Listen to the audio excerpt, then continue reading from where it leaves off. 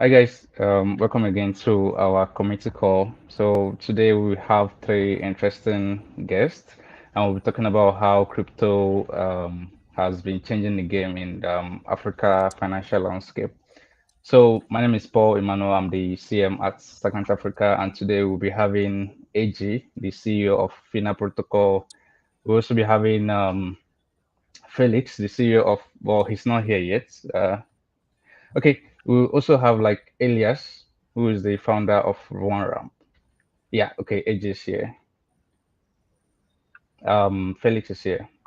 Yeah, so pretty much. So today it's just all about talking about how crypto has been quite interesting and game changing for Africans generally. And this three guests would speakers would talk about it like in depth. Right now, I would let them introduce themselves. So, AJ, please. Hola, hello, Paul. Thank you very much, Paul. Hello, everyone. My name is Agbonna Igwemoh, but you can call me AG for short. I have been in the Web3 space for the past, I would say, 5, 6 years. In that time, I've worked with some promising projects. Started my career working with Beam Privacy. Beam is trying to build, at the time, we're trying to build a financial privacy-centric blockchain that helped, in the day they're competing with Monero and the likes. So I was kind of like the Africa lead for Beam. I moved on to work with Sovereign Wallet. I was kind of like the marketing manager. Sovereign Wallet was building like a blockchain for CBDCs. So we spent a lot of time working with central banks. I like to talk about them in the light of they were the dark side of the force, in the Web3 space. I think after Sovereign Wallet, I founded my first startup, Victory Finance, where we're trying to bring a new set of use cases on an innovative blockchain called Concodium. At Big Tree, we had some successes. We were able to raise about $3 million. We brought 3 to 4 products to market. We had a successful exit, which was the Concodium name service, which we developed, and then the blockchain acquired it. So after that time, I decided to get back to paid employment. I work with some promising projects. I work with Canning Network, which was building excuse me, which was building oracles, decentralized data oracles on the Polkadot ecosystem. We were able to secure Polkadot status and also Kusama. So that's our like call it parachain status. So and if you're familiar with how Polkadot works, you can't just deploy your contract on chain. You have to get some kind of like vote from the community. So we're able to secure that on both the test net, which is Kusama, and then the main net, which is Polkadot. So while I was working on Kindly was part of a kind of like a venture studio that owned also a Glacier Network. So Glacier Network was building, think of it as a decentralized databases, right? And I was kind of like the lead for Glacier Network. But while I was building all of this, I then got the idea for because I'm Nigerian working on the global front with all these projects, and I saw the opportunity and a problem that we're facing in Nigeria and parts of Africa, which is like inflation. At the time that was like in 2022, 2023, we are having lots of challenges in terms of like, value. Like, we're just seeing the value of our local currency decline. Even I that was earning in stable coins, whenever I off ramp and want to buy stuff, it's tend to be like I'm tend to keep paying more and more for the same stuff, like literally for the same stuff, or sometimes less. So that's what led me to building Fina Protocol. I think that's a little bit about myself, my career. Thank you, Paul. Cool. Cool. That's quite interesting. So, Felix, could you please like introduce yourself also? Yeah, so Felix Macharia is my name, CEO and co-founder at KotaniPay.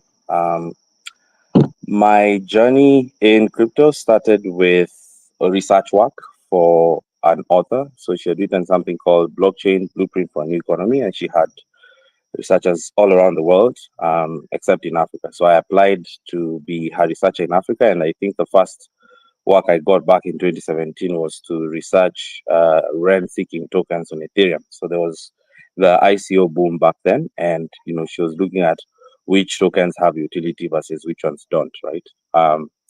That experience for me was illuminating. So I started like engaging more and more with tokens and just buying and selling tokens, trading essentially. Of course, I had a lot of success because it was a bull market, and I think Bitcoin got to $20,000 for the first time, right? Um, After that, I got involved in a project called EOS, and EOS at the time was trying to sell something that was relatively new in the ecosystem, which was delegated proof of stake. So both Ethereum and Bitcoin were all proof of work blockchains. Delegated proof of stake was an unproven concept, and they had successfully raised the biggest ICO of them all, which was, I think, about $4 billion. So we, looking at our community here in Nairobi, decided the best thing for us to do is try and become a node validator. So what they used to call block producer. Essentially, you produce blocks and then validate transactions, spread them to the rest of the nodes on the network. So I did that for about 2 years. Of course, the dynamics within the EOS community could not allow it to survive as a project. So there was a disconnect between the foundation and the community, which led to basically the token tanking. And that was my first experience of being heavily involved in a project that goes south.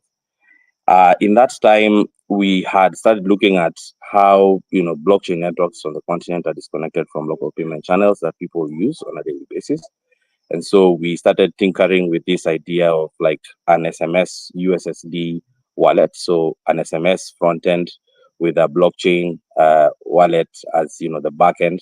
And then I think the first users of this were mainly cash transfer NGOs. So we worked a lot with WFP, UNICEF, and others, right? And this then enabled us to have initial traction to raise around the concept of on-ramp, off-ramp. At the time, no one was calling it on-ramp, off-ramp, but eventually we'll come to realize this is a bigger problem than most people knew. So we have been focusing on that problem, I think, since 2021. We have the aim of bringing millions of Africans on chain. We are a licensed virtual asset service provider and now are present in about 7 African countries. Thanks. That's quite amazing. I mean, if there's something everyone on this call, AG, Elias, and Felix has in common is that all of them are building a crypto payments solution platform, right? So we'll have Elias as well introduce himself and tell us a bit about his story as well. Hey everyone, I'm Elias Hezron. Uh, I finished university in 2022, and I decided to teach myself how to write code because I was interested in building on the blockchain. The interest came because I saw the price of cryptocurrency really go up in the 2021 boom, and I was fear of missing out. So I wanted to be in. Uh, so I started building, and I did participate in a lot of hackathons and actually did win a lot of hackathons. I think, not I think, I know the total amount of money I won while doing these hackathons must be about $50,000 from just hackathon winnings. And after that, I was outed by Nethermind. Yeah, so I was outed by Nethermind, and then I joined Nethermind Heap. And while there, I was doing core development, Ethereum core development at Nethermind. And yeah, and after that, I was basically doing open source development and also tinkering with other things on the blockchain. The whole concept behind what I decided to build as a company came from a hackathon that I won a previous hackathon by Celo, and Celo has a stablecoin called CUSD that for some reason is not on Binance. So off-ramping that CUSD was a real hurdle. So like the technique of off-ramping them is either you go to an OTC desk and get a terrible rate, or you have to pass it to multiple exchanges, like bridging it just so as to off-ramp. And I realized there is a niche for that. And that's how I started to build OneRamp. And basically what OneRamp does is on and off-ramp people to mobile money. The niche in which we are focusing on is mobile money because that is the most common form of transaction in sub-Saharan Africa. Of course, except Nigeria, South Africa being the exception, but like most of Africa uses mobile money. And yeah, and that's what we're building. We're making it very easy, very fast, very simple to buy cryptocurrency and sell your cryptocurrency for mobile money and actually use it on a day-to-day basis. Yes, and we are live in 5 countries and expanding.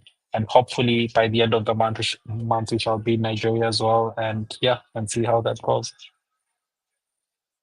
Cool, cool.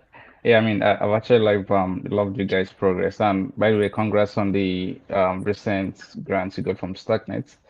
Yeah, by the way, yeah, aside from that, I think it's time to talk about like what's your product is all about. AG, you're building FINA protocol. I'm actually quite interested to learn more about it. So could you please like tell us a quick background about FINA protocol?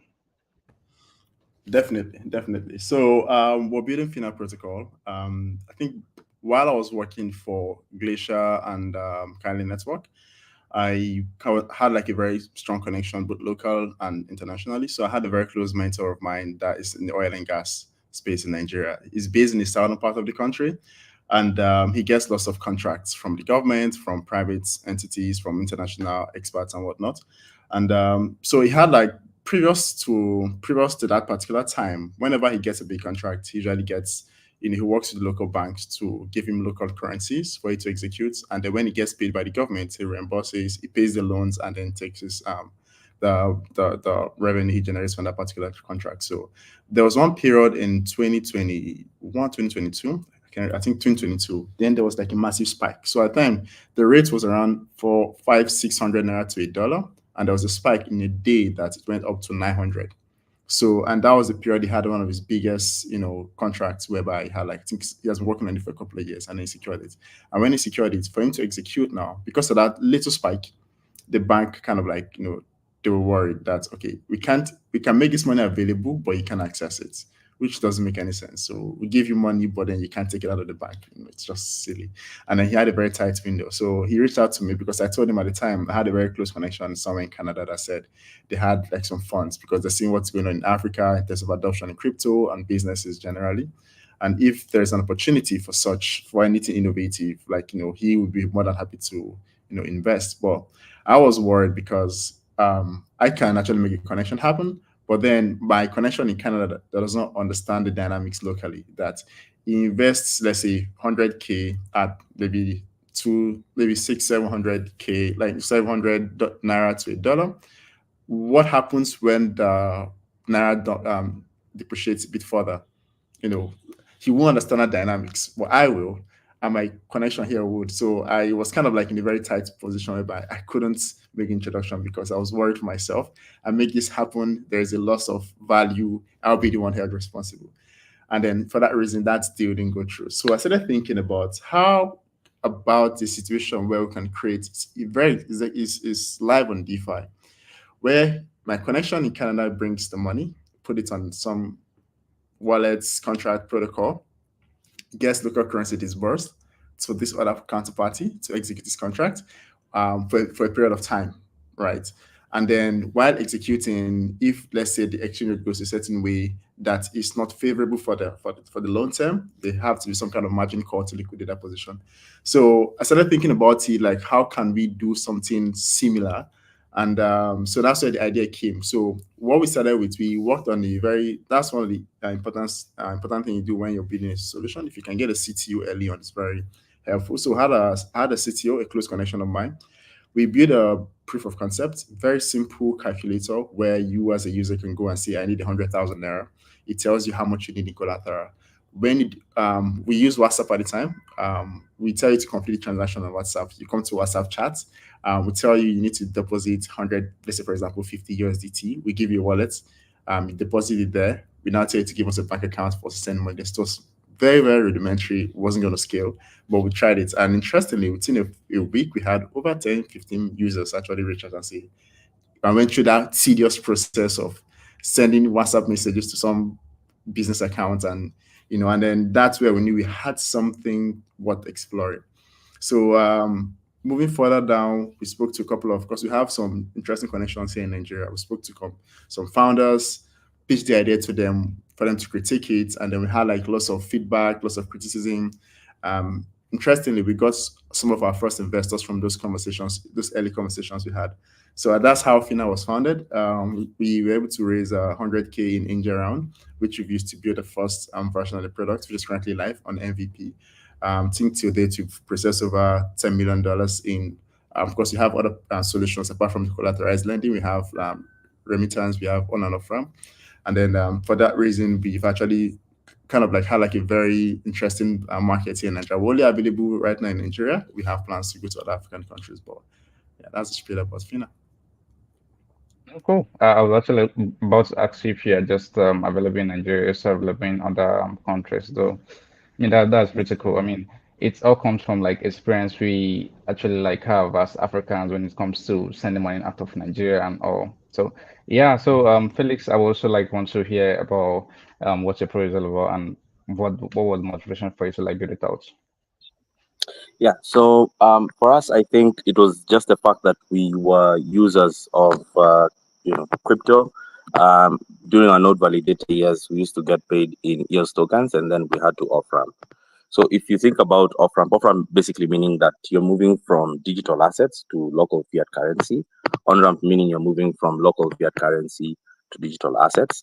There are different approaches to that particular problem, right? So one is you could go to a peer-to-peer exchange or a centralized exchange and then go through all the hoops that you need to go through to get to like cashing out, right? So if you've taken your friends or your family through this process, you know how crazy it is, right? So you have to do KYC, be onboarded, blah blah.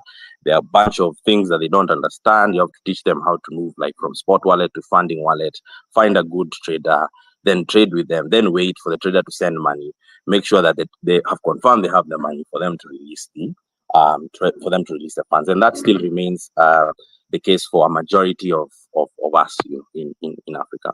And when we were thinking about this, we were like, this perhaps works if you have familiarity with crypto, but it doesn't work if, for example, you are trying to build a DApp or a wallet for users, right? So think about, for example, you have a lending DApp, right, where people are receiving loans or taking out loans, putting in crypto and taking out loans in stable coins, then cashing out, right, to their local currency.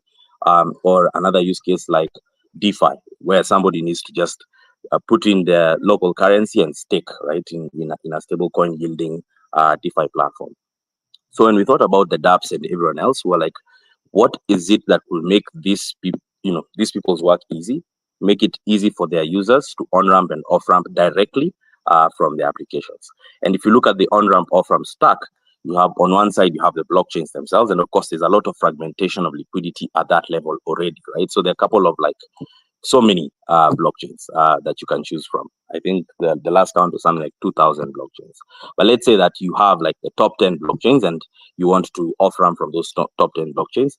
You need to connect to their smart contracts on one side, and then after you connect to the smart contracts, go and look for a local payment channel API and connect to a local payment channel API.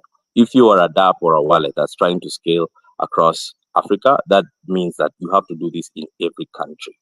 So that therefore meant that there was a need for aggregation. So aggregation of payment service providers and aggregation of local liquidity, which is like what we concentrated on. So we said we'll do the heavy lifting.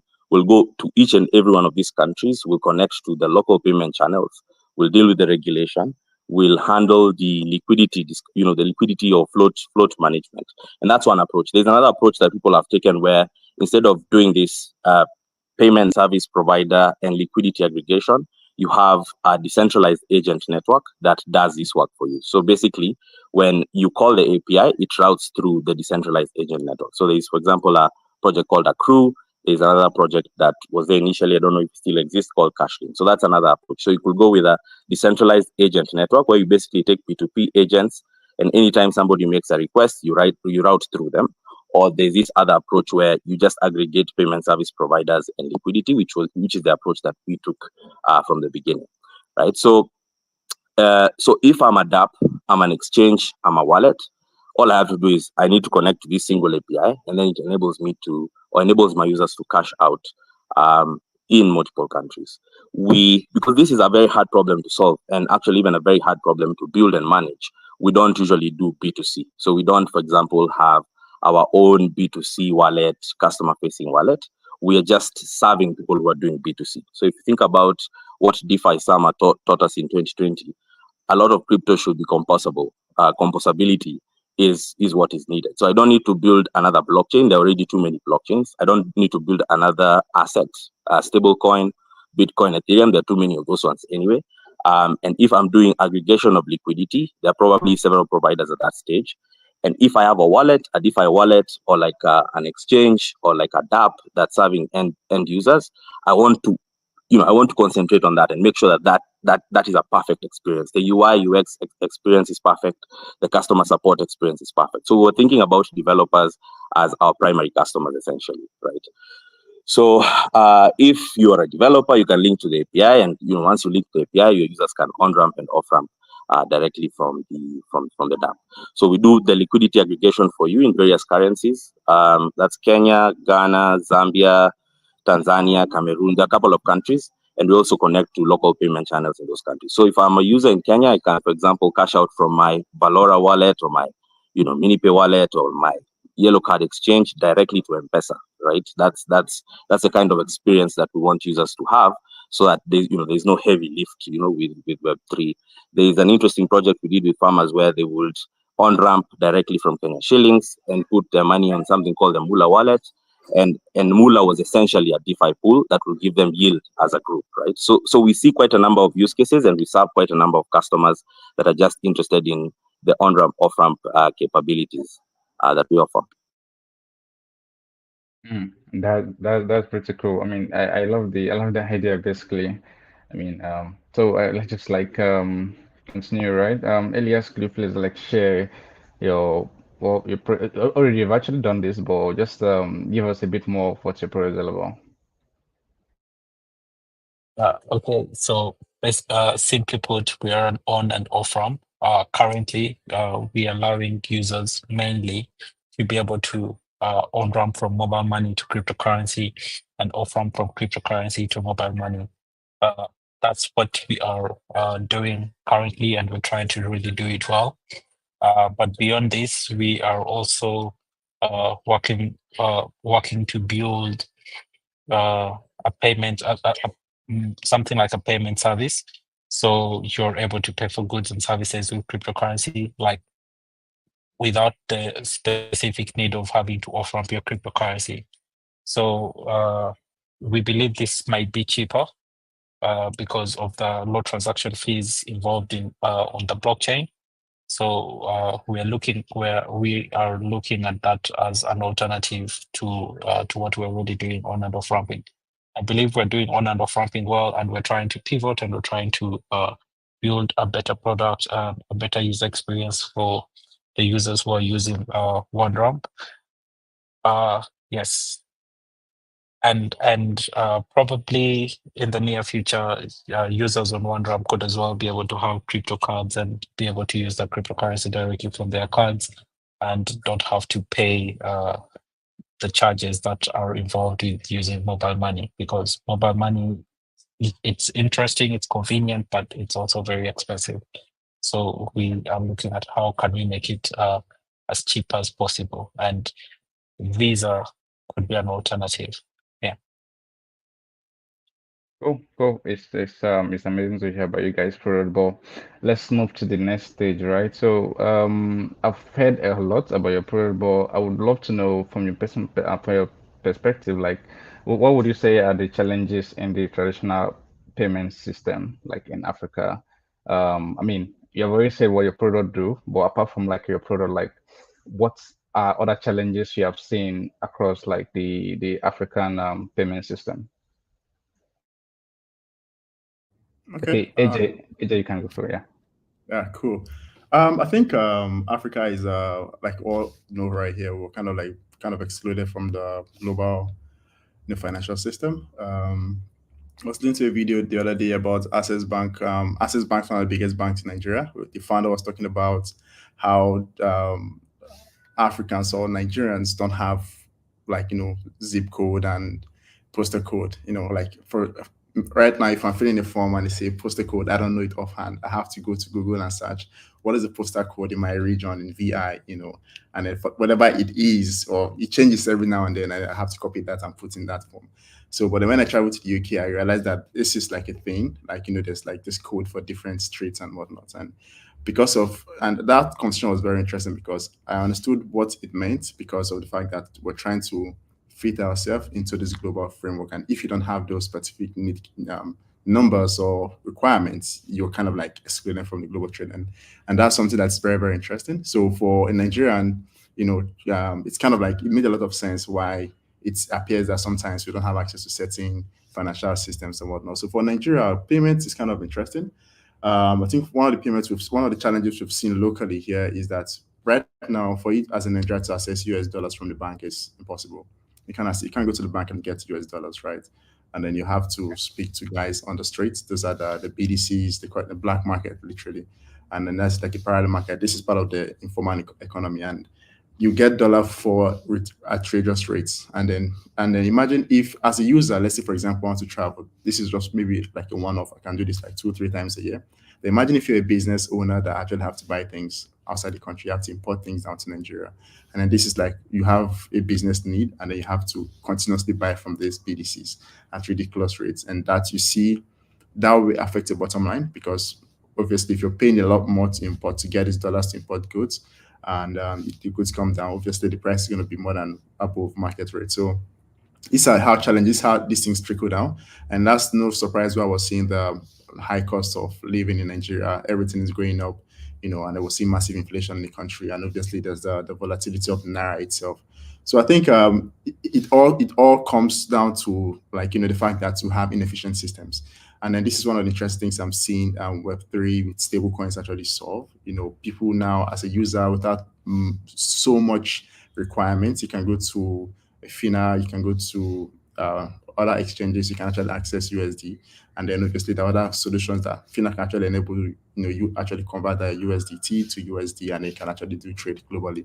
So these are kind of like some of the interesting things I'm seeing right now that Web3 is actually solving. And obviously the fact that there's existing systems can actually cater for these business needs, and Web3 is actually doing that, and that is something really nice to see. So there's lots of challenges that we're facing locally. Nigerian cards don't work. If I have app now, as it is right now, FINA official Twitter account, we are not verified because for the past 3 months we're trying to pay for Twitter Blue, and it keeps on declining. We've used literally every card. We've used cards from different countries, and for some reason, it's just declining. So these are challenges that the average Nigerian faces. And virtual cards is a thing. It works. Some work, some doesn't work. Some work for certain use cases, some others doesn't. So, like, I'm speaking from my own context as a Nigerian. These are lots of fragmentation in the space. There are lots of challenges we're facing in terms of payments, and I don't see them going away anytime soon.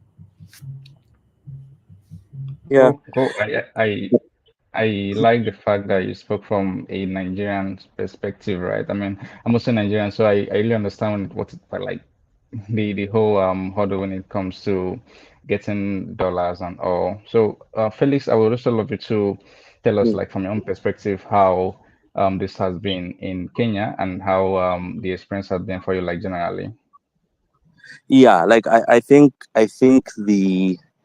the problems we face are the same, but the reasons why we face them are very different. So for me, it's just to provide a different lens, right? So the first problem, of course, is payments fragmentation.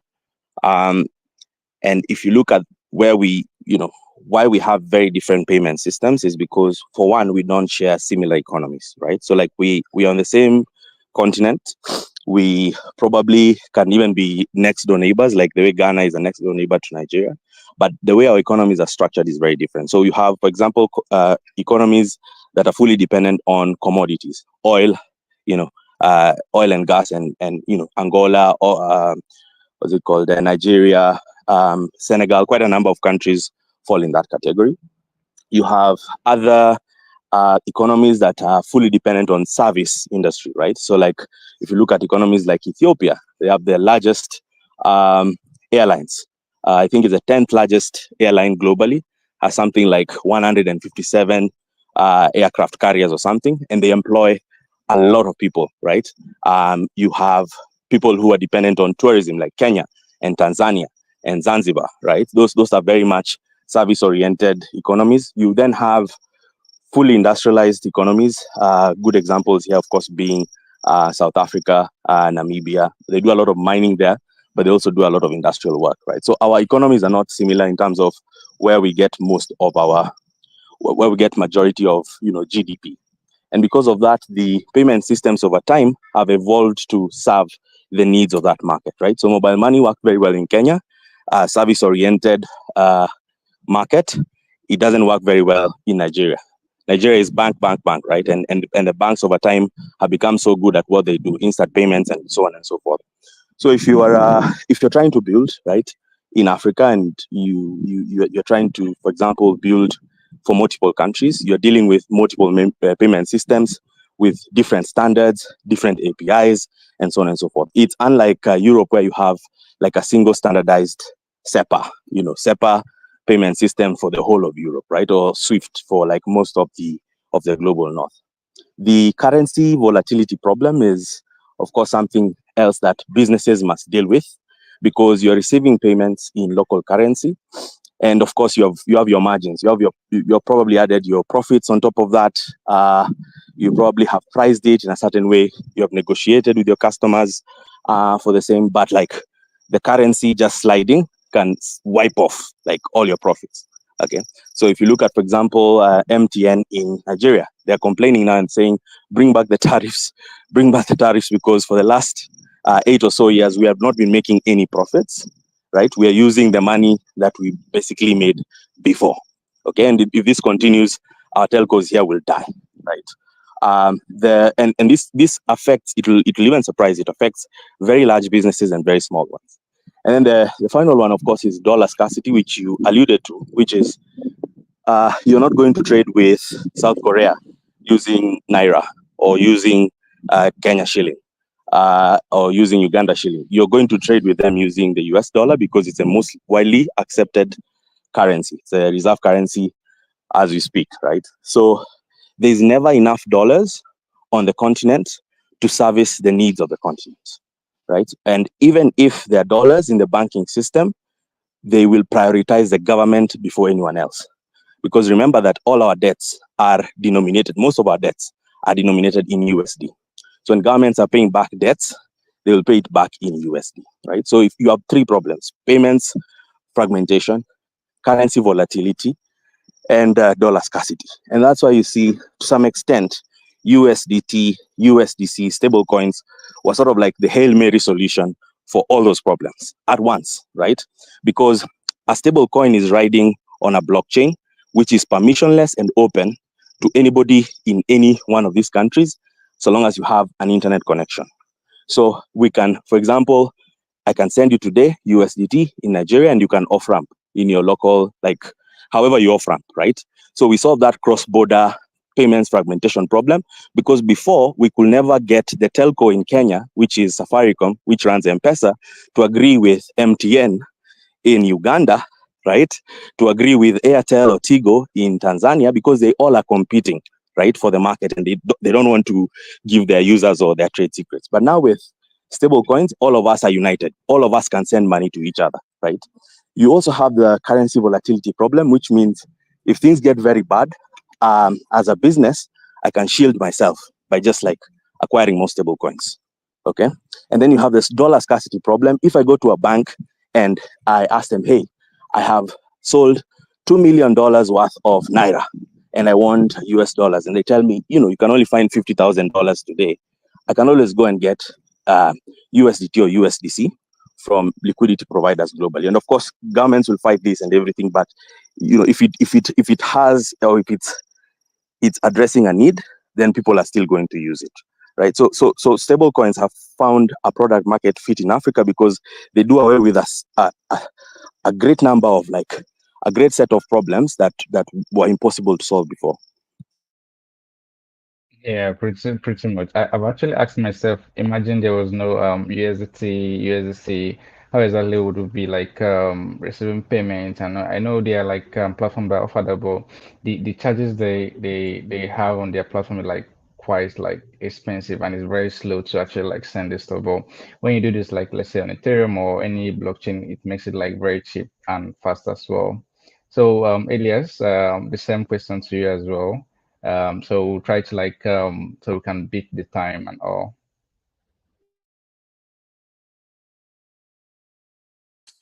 Could you come again on the questions? Sorry. Yeah, so I asked what are the challenges like we are currently facing in the traditional payment systems, like let's say in Uganda. Okay.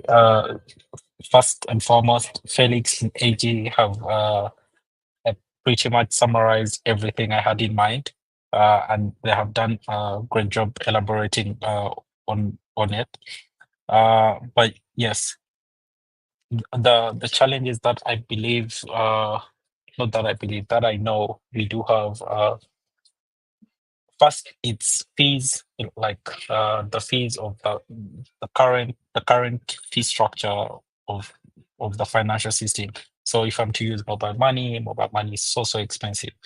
Uh, if I am to make transactions, even via bank, like if in Uganda I deposit $2,000 in the bank, there is a charge of about $5.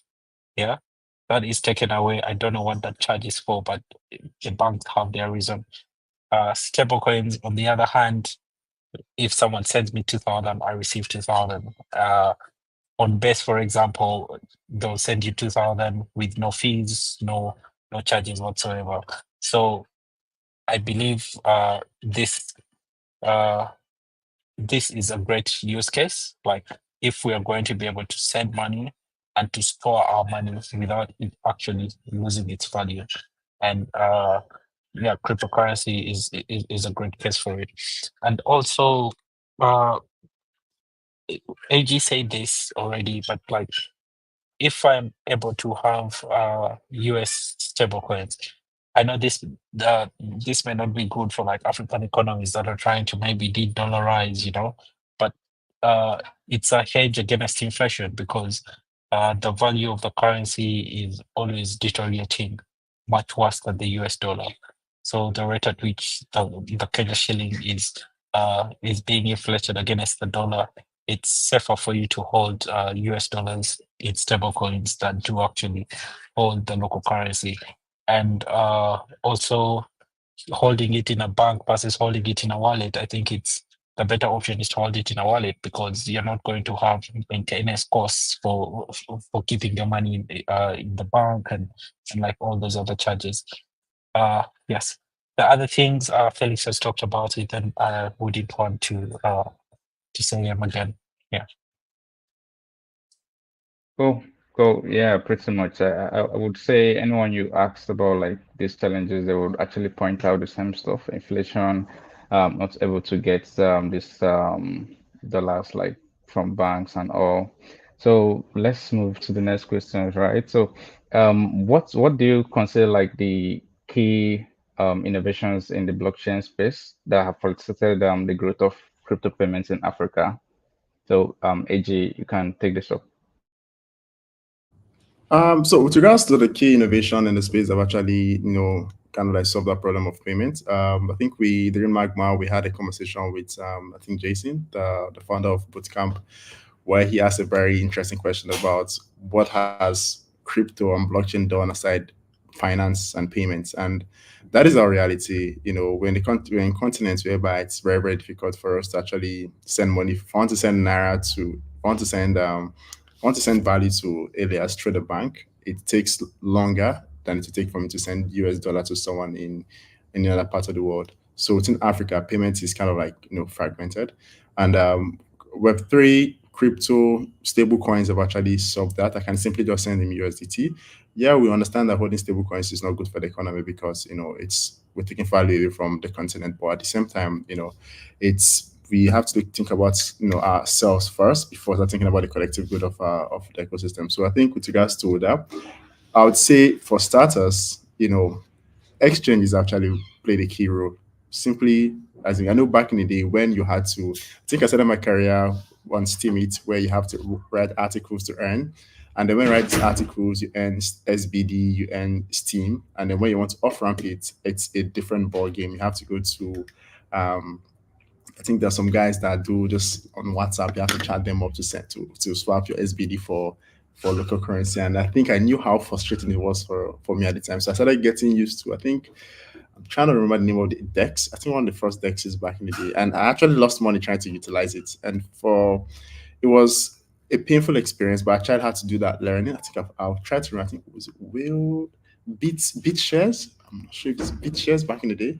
And but I think that was Bit Shares, yeah. So I know I did a lot of like mistakes on Bit Shares. I lost money, and ultimately, I think the first set of exchanges started coming out. I think there's some not so popular exchanges that came out in Nigeria. It was very easy for me to offer between SBD, Steam, the other tokens came out, EOS. I had a lot of EOS back in the day. And then this off-ramping was kind of like, it made that journey of off-ramping, literally. And it was kind of like, helped a lot of users actually see value, because, when I go into crypto, I heard about this digital money. The magic moment for me was when I off-ramped my first Steam backed dollar, and I think it has done a lot for the African context more than any other thing. Now, right now, we're now building solutions on chain. We now have a more educated, ecosystem of users. It's getting more and more easier. Obviously, there's still a long way to go, but I think we're still where we are is a lot better than where we were like 4 or 5 years ago, where OTC traders and guys actually help you swap this thing, will actually be gatekeepers of the entire space. So I would say exchanges have done a great job in terms of simplifying the user experience for newbies to actually earn stable coins based on maybe the talent, based on the activities on chain. And then for businesses now are coming on board because of exchanges, it makes it kind of like relatively easy to actually access stable coins, with little, as long as I have a smartphone and some level of KYC, can actually buy, stable coins and then use that for global trade. I think the next level will now be how far can we push this on-chain barrier. I understand that we have the regulations actually coming to fore. Our good friend here, KotaniPay, has secured the virtual assets license in South Africa. I think Nigeria has actually created a framework for projects building in the space to actually to acquire this license, and a couple of startups actually acquired the license. But it's still early days, right? So I think we still have a lot of work to do in terms of educating the ecosystem, in terms of the on-chain narrative of actually trading on the permissionless front, and getting value. Users actually be able to do business, large-scale businesses on chain, and then obviously there's still the important part of the underlying regulatory area. So I think I'd say exchanges have done a lot of work. The builders actually have kept on getting better, because I know there was a time where we had little to no builders. All the products we consume were kind of like from the other parts of the world. Now we have more builders from the continent, which is a really, really good thing to see. So I feel like there's an evolution of the space, but I think they still have a lot of ground to cover in terms of that maturity as an ecosystem. Cool. Okay, Felix, Elias, do you have anything to add to this? So, concerning No, I think he has Okay. covered it well. Like there were so many issues that we were facing before that we no longer think about, right? So one of the biggest pushbacks that people had when, back then when you used to tell them, buy crypto, this thing's amazing, is these things are very volatile. Today you might have, made 90% gain. Tomorrow you've made 100% loss, right? People hated that.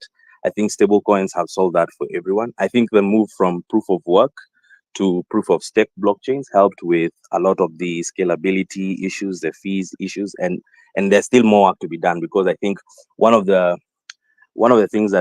critiques of proof of stake blockchains is the centralization risk, right? You see it now with Lido on the Ethereum blockchain, but it's a case with Tron and other proof of stake blockchains. Hopefully, once ZK VMs and other forms of roll-ups come up, and once they decentralize their centralized sequences, we'll have a better experience and more throughput on these blockchains. But the coming together of proof of stake blockchains plus stable coins plus this liquidity, I call them liquidity avenues, like Binance, right? So Binance was a very big reason as to why many people were onboarded onto the blockchain economy, because there was a lot of liquidity there. It was easy to use and so on and so forth. The improvements to be made in the wallet space, right?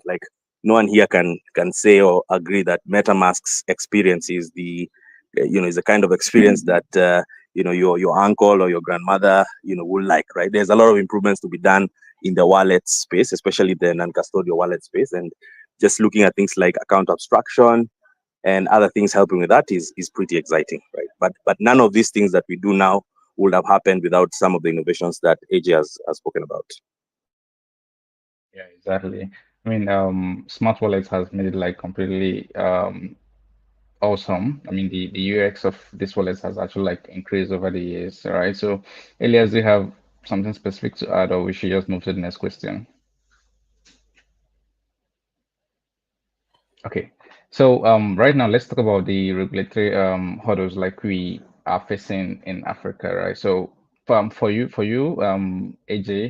how do you like navigate like this regulatory landscape for I think cryptocurrencies in Africa? I think Yeah. Elias should take it. Elias should go first. I think let's Okay. change the Okay. bit. Yeah. Okay, so what role does these regulations play in adoption of crypto payments like generally? Uh, I don't know. Did you get my full question? yes, I think the question is asking about how we navigate the regulatory hurdles, right? Yeah. Uh, but so I think the strategy we are taking is the rebellious type strategy. So the strategy is let's build the regulation is not yet decided on whether or not we should operate in cryptocurrencies, whether or not we should engage in this activity, but it's not illegal, so it's a gray area. And the strategy my team is taking right now is let's build, let's do our due diligence, let's KYC the users, so that eventually, when the government has made up its mind and has structured its system, uh, and we are required to operate by the laws of the country in which we're operating, we are able to say that, hey, this is what we have. We we shall cooperate when the government is willing to cooperate. But currently, most of the areas in which we're working in, cryptocurrency is considered a gray area. It's not bad to do it, and it's not encouraged to do it, but we do it nonetheless because there is an actual market and an actual demand for the service that we are offering. Yes.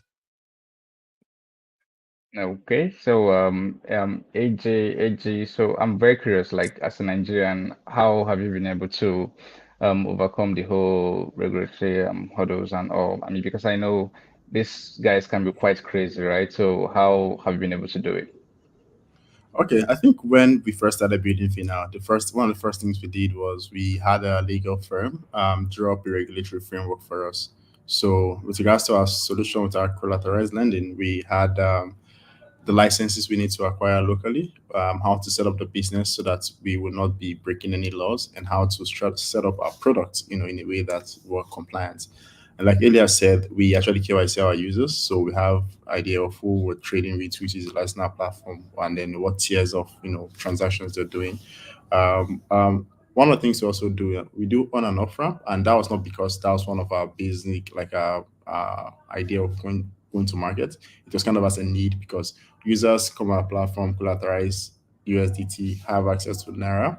When they want to repay the loan, they don't have access to it. Let's say, for example, I took a loan of $100 and I have like 170K Naira in loan, and I want to repay. I don't have that amount, but I have stable coins, right? So instead of me having to take stable coins elsewhere to off ramp, why not just do it on Fina, and then I'll just have it in my wallet and repay the loan. So that's the reason we actually enabled swap. Everybody does on and off ramp and swaps. So with all of this, we have we're well, let's say organized, like our business were structured in a way that's regulatory compliant. And with this new framework that the government in Nigeria actually created, we're actually at the forefront of it. We've actually tried to put ourselves in a way that we're ready when we have the resources, because right now we don't have that much resources to be able to be amongst the key players. So we're looking at partnership with those that have secured the license. We're looking at the possibility of maybe after a fundraise, we can actually go for it masters. But for the lending solution, we've actually secured some other lending licenses in the country that actually gives us, cover to actually issue loans, charge interest, hold collateral. So we've, in a nutshell, we've actually positioned ourselves to be regulatory compliant, had the right business structure, have some licenses that actually enable us to go user data, take give out loans, charge interest, hold collateral, and then for that front, we're actually very we're regulatory compliant, but we're not at the final point of where we have the VSCP license to to operate holding virtual assets for our users. Oh, okay. Felix, could you as well share how you Yeah. guys do?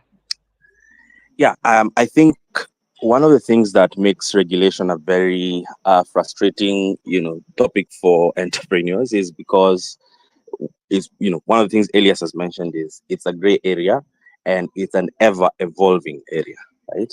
So when we joined the space with AG over here, he remembers Steemit and BitShares. That's how I know he's an OG in the space. A lot of the sentiment around crypto and blockchain was that it cannot be shut down. You'd have to shut down the internet for you to shut down like some of these blockchain protocols. There was this crypto wild west mentality of we're going to break banks and bring down governments and all that stuff. Like the rhetoric was crazy. Like when I think about it now, I'm like, everyone was crazy. And a lot of this came to end with FTX.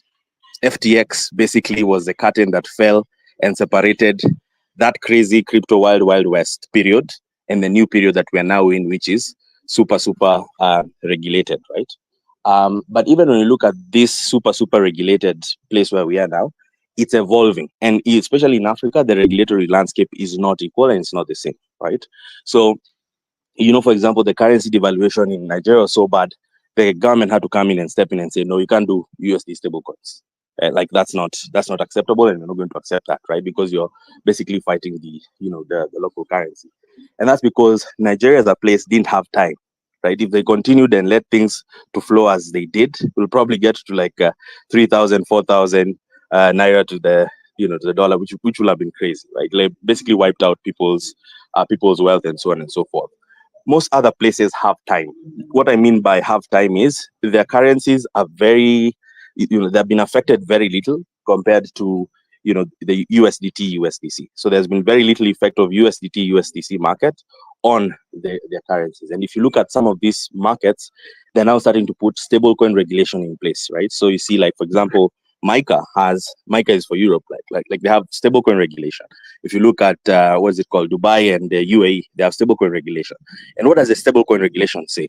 It says this: if you are saying that there is $90 billion that's circulating within the Nigerian economy, from Nigeria's resident wallets on chain, right? So like you always see these reports that are released, for example, by Chainalysis, Geography of Crypto every year, and it's something like 80 billion from Nigerian resident wallets, 60 billion from South Africa, 40 billion from Kenya, right? If that's the case, then you need to hold those dollars in local bank accounts. Because the thing about central banks is they want to control the inflow and outflow of dollars, right? So MICA says if you are circulating stable coins in Europe, you need to hold those dollars in Europe. So it cannot be that Tether is holding the dollars offshore in some place, we don't know where, right? And then minting these things on chain, and then people can come out of the euro into this on-chain US dollar, alternative.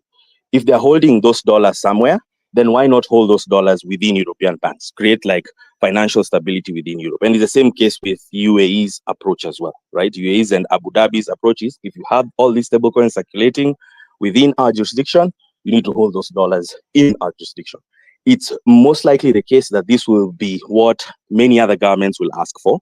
And this is what many other central banks will ask for, because they might not stand in the way of innovation, but they will need to think about inflows versus outflows and how these things are affecting their local currencies. Okay, so just this is a prediction on my part of where like governments will go with these things, right? So Nigeria's case was unique because they didn't have time, right? The currency is sliding every other day. You need to close out every outlet, and that's why there was like a massive crackdown, including like with USDT, USDC, with forexes and everything else. It's a natural response to a situation that's going berserk or crazy. So what does that mean for us as innovators? It basically means what Elias, the point Elias made, it basically means if you're an innovator, you now you need to start thinking about this new dispensation where everybody needs to be licensed to operate as a crypto service provider, right? And it's already happened in SA, where they have released a bunch of licenses regulating centralized exchanges, regulating wallets, regulating on-ramp, off-ramps, regulating crypto trading platforms, and so on and so forth. That's most likely what will happen everywhere else. So that in Kenya, for example, there's a bill in parliament now called the Virtual Asset Bill 2024, and it's proposing the same thing. Take all these guys who are centralized crypto asset service providers, from exchanges to wallets to on-ramp, off-ramps to tokenization platforms, and let them all be licensed, right? So they're not touching DeFi, they're not touching non-custodial wallets. No one is touching stable coins right now because that's a whole deep discussion with IMF and World Bank. Everyone is just thinking, first let's deal with the centralized players first, right? And then once these guys are licensed, they will need to have certain things. So you cannot be processing, and I meet like innovators all the time, and they tell me like we have processed $1 billion dollars this year, but they cannot account for where the $1 billion came from, right? You're not going to go and tell a regulator you did $1 billion, right? And then have no idea whether the $1 billion came from arms dealers, cocaine dealers, right?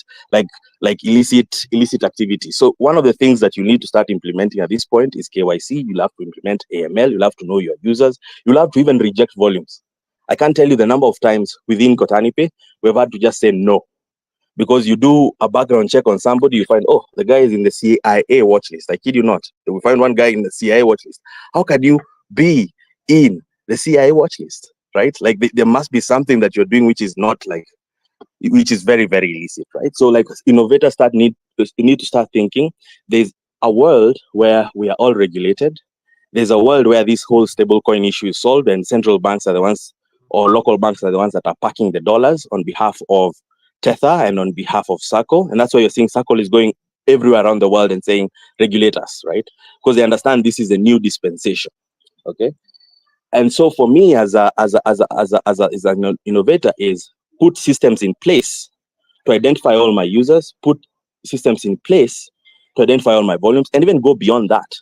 Screen stablecoin wallets, right? Because people come with a stablecoin wallet that they created yesterday, and it's touched 6-7 other wallets that have come from the dark web or from Hamas or from some other, other. So you need to do stablecoin screening. That has to happen, right? So this is the kind of like, and that's why I'm saying it's frustrating. It's frustrating because it's evolving. There is no like clear rules and guidelines yet. It's all evolving and it will all change. And the first thing you're going to see, and you've already seen this with most governments, is they're instituting licenses. So Kenya has a bill coming up. Most likely Uganda and Tanzania will copy that. Ghana has virtual asset service provider guidelines. Nigeria has virtual asset service provider guidelines. South Africa already has licenses. After that, the next thing to be regulated will be stable coins. And that will be more of a central bank, discussion, right? But as an innovator, the question is, how do I prepare myself for that? You can't ignore regulation or run away from it unless you're building something else, unless you're not building in Africa. Yeah, actually, you can't actually ignore these things because if you don't do the your due diligence, I mean, it might cause some future harm to your products and what you're building generally. So let's move on to the second to the last question, right? So, a lot of people have this question about how secure this DeFi platform is and trust issues and all. So, what's I mean, security is a concern generally in the digital space. So, what are the measures your platforms have in place to ensure security and trust for users engaging in crypto transactions? So yeah, AJ, I'm back to you. All right, cool. Thank you very much, Paul. I think for FINA, we currently have a custodial system, and we use one of the very trusted providers in the space. So we have, first of all, there's an insurance to ensure that if there's loss of funds, users' funds, there's that recovery. So the reason we went down this route is building out the MVP. We wanted to have a system where we can actually have control. So we not have a situation whereby we go on chain, and then we'll have a smart contract exploited, and then all the resources drained. So we created a system whereby users can actually play in a safe space where we build out the product, where we build out flesh out the idea. We have an environment that is kind of like we have control, right? I think at this point where we have the MVP, we're now exploring decentralization. We're now exploring how do we take this on chain and have these transactions, completely, out in the open for our users to actually interact. So with regards to that trust, so we put most of the burden on our wallet service provider. So they actually ensure that we have the ability to actually screen wallets to ensure that they've not interacted with bad stablecoins from various sources, maybe dark web, terrorism, or money laundering.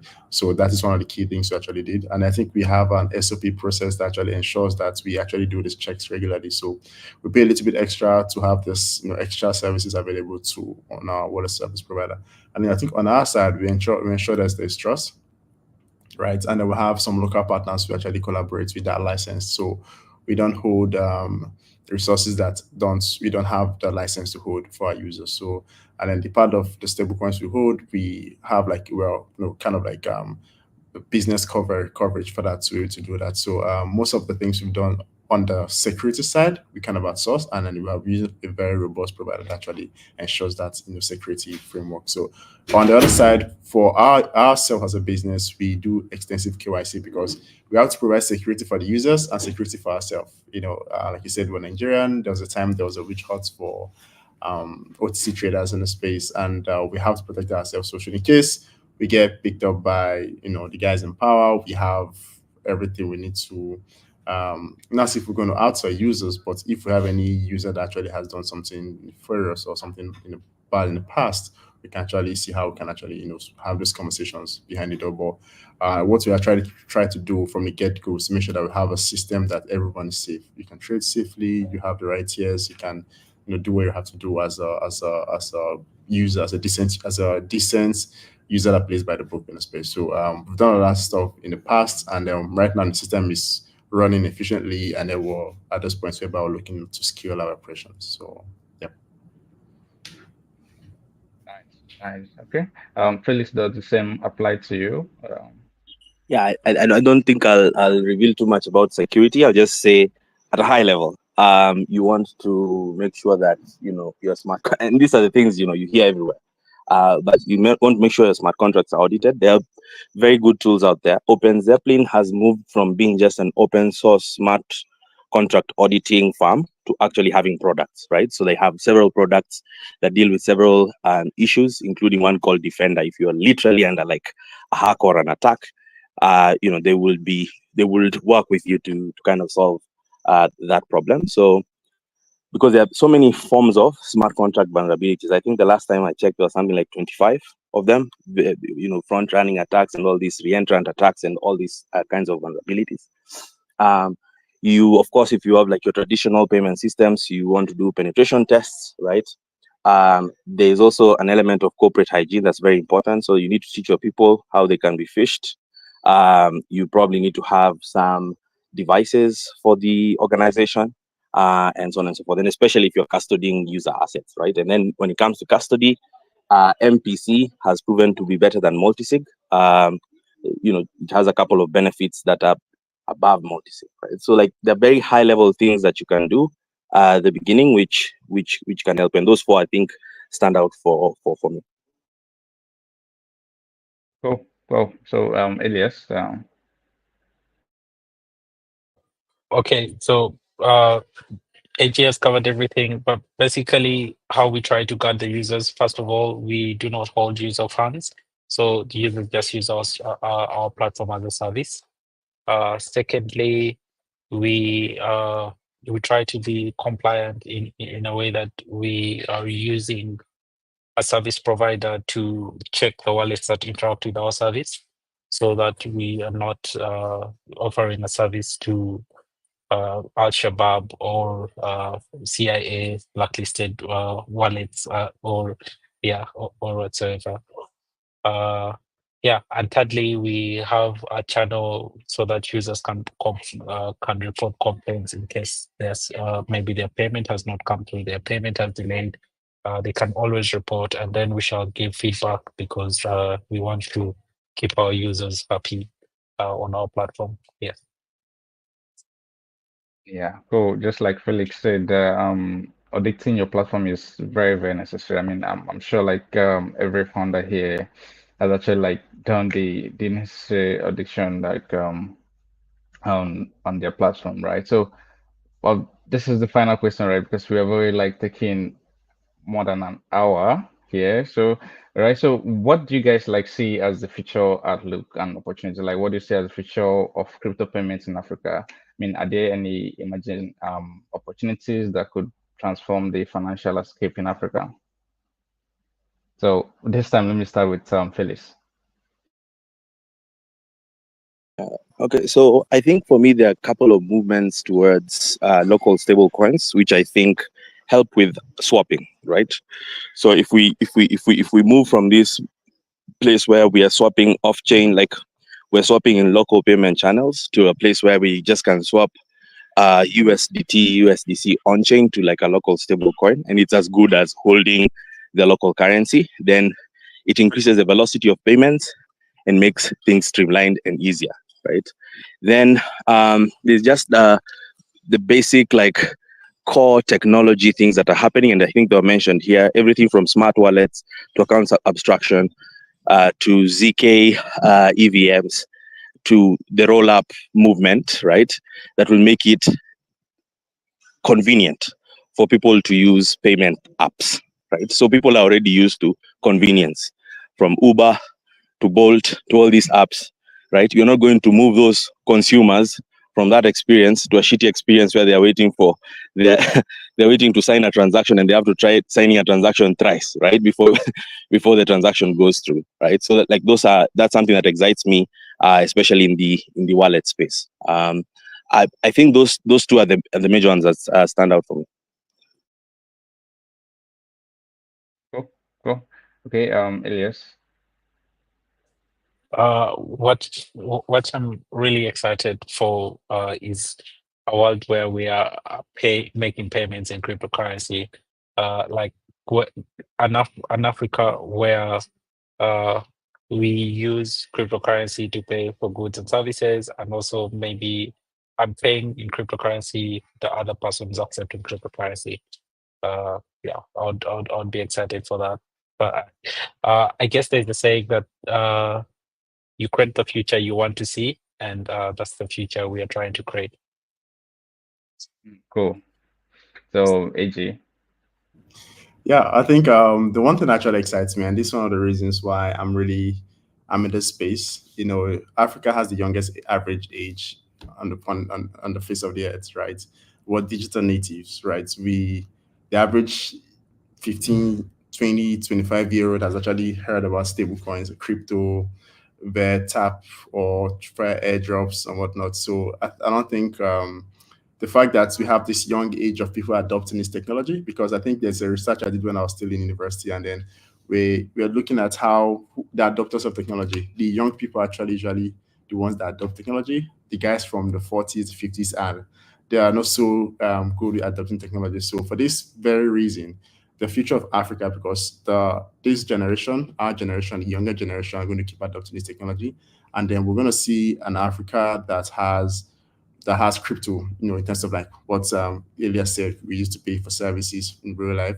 And obviously, that one of the things that Felix touched on, which is like the stablecoin derivatives, local stablecoin derivatives being used on chain, because there's kind of like a clamor for it now. And then if the more we start seeing more developers work on this to see how we have more options, because that's one of the most important things, in any space. Once you have the competition from other players in terms of developing these stable coins, and then having it, having this one-to-one, backing on chain, enough liquidity. So I think that's who space is going to be very revolutionary for the space in the future. We have young population to support this technology, already adopting technology. I'm just really excited to see what that future will hold in terms of like adoption of crypto, whether it be via tap point. Because the one thing I know for sure is that I go into the space writing technical stuff, like from scientific stuff on Steemit. The generation, this current generation, going into crypto by tapping the screens, right? So it doesn't matter how you got in, we're already in, right? So it's now how we can innovate to it affecting our life, because for us Africans, crypto is actually real life. In the other parts of the world, it's just kind of like vibes for them, but for us, it's real. So, and that future actually really, really excites me. The future of Africa being having the young people utilize this, this technology on the frontier. So, Yeah, pretty much. I mean, for as Africans, we experience a lot of things firsthand, right? So, which is why the whole crypto payment stuff is number one priority, like for us, right? So, yeah, I think this is actually it. So. Do you any of you like have any extra to add? Do you have any stuff to say to the audience? Yeah, so we can wrap it up. thank you very much for those that stayed from start to finish. Thank you very much for listening to the conversation, and then I would love to connect with you guys on anywhere, any front, in person, in events, and whatnot. And thank you very much, Paul, for having us, having myself. Yeah. Yeah, thank you, Paul, for having us. Thank you, everyone who turned up. Yeah, follow us not Instagram. Follow us on Twitter. Yeah, yeah, at OneRamp and at Starknet Africa, and yeah, looking forward to yeah, to interacting with the community. Yeah, I think Paul, this was a cool discussion. Very good questions. I really enjoyed myself, and I hope it benefits innovators for many years to come. Anybody who watches this video probably can get a couple of nuggets. And if you're an innovator, just continue building. There's a lot of value in just showing up, being consistent. There'll always be these headwinds and stories and rumors and everything else. You just continue building. Consistency compounds over time. Yeah, right. Okay. So thank you everyone for joining. I mean, thank you first to our speakers, AG, Felix, and Elias. Then to everyone that joined us, thank you. And yeah, you can follow each speaker here, AG, Felix, Elias, right? You can also follow Stagnant Africa. And if you're a builder that wants to build on a great ecosystem that has good tech, you can always come to Stagnant. So I was actually going to ask Felix, AJ, when are you guys coming to build on Stagnate? So, well, I think that would be story for another day, right? But either way, thank you all for joining and have a good evening.